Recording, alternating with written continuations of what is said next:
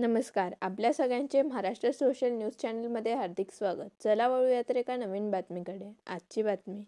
धुळे जिल्ह्यातील शिंदखेडा तालुक्यातील बाबळे गावात सरकारी जागेवरील अतिक्रमणाची तक्रार केल्याच्या रागातून माजी सरपंच ज्ञानेश्वर पाटील यांच्यावर जीवघेणा हल्ला झाल्याची धक्कादायक घटना घडली आहे. 25 ते 30 जणांच्या जमावाने लोखंडी हत्याराने त्यांच्यावर बेदम मारहाण केली.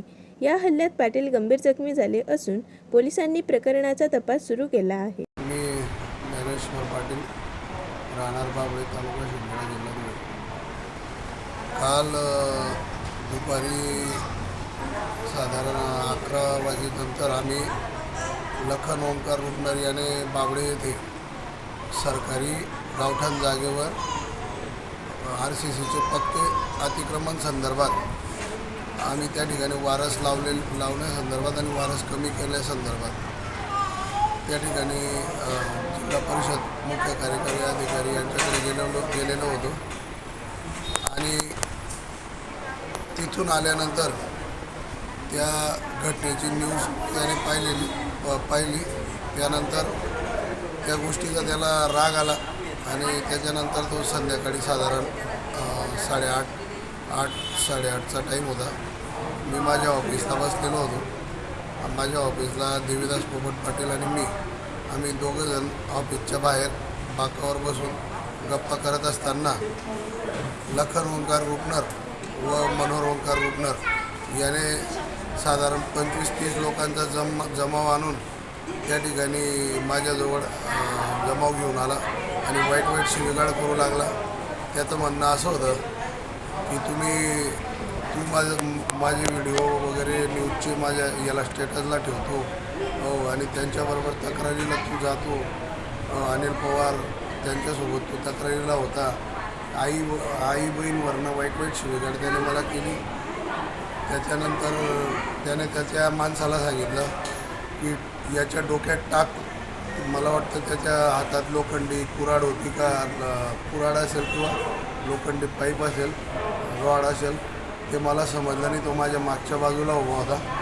त्याने जसंही याने सांगितलं त्याला की वाईट शिवीगाळ करत असताना बोलला की याच्या डोक्यात टाक, जे होईल ते बघितलं जाईल, एकच धावून जाऊ दे, मारून टाका याला, अशा भाषेत तो बोलला.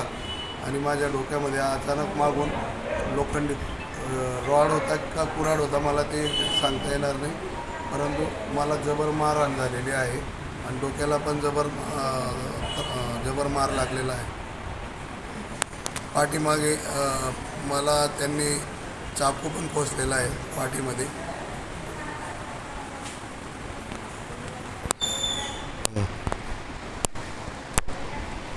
मागील देखील मी पोलीस स्टेशनमध्ये यांचे असे जागेचे वादवरून, कारण मी ग्रामपंचायतीला सरपंच, त्या टायमाला तत्कालीन सरपंच होतो, म्हणून यांच्या ज्या तक्रारी यायच्या यांच्यावर आम्ही कार्यवाहीच्या नोटीस द्यायचो. तर त्या गोष्टीचा देखील यांना राग यायचा आणि त्यामुळे तेव्हाही देखील मारण्याच्या धमक्या द्यायचा, मारामारी करण्यासाठी चालून यायचे.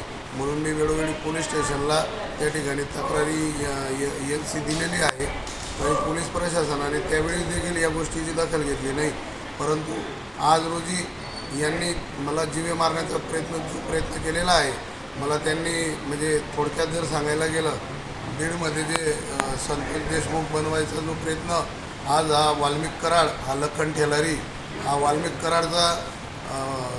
कराडसारखा या ठिकाणी जो दबदबा या ठिकाणी याची दहशत निर्माण करण्याचा प्रयत्न करतो आहे. या सर्व गावगुंडांना सोबत घेऊन जे कृत्य करतो आहे, तर याच्यावर तात्काळ आळा घातला पाहिजे पोलीस प्रशासनाने. याला जेलबंद केलं पाहिजे आणि याच्यासोबत जे लोक आहेत त्यांना देखील जेलबंद केलं पाहिजे, अशी माझी प्रशासनाकडे मागणी आहे.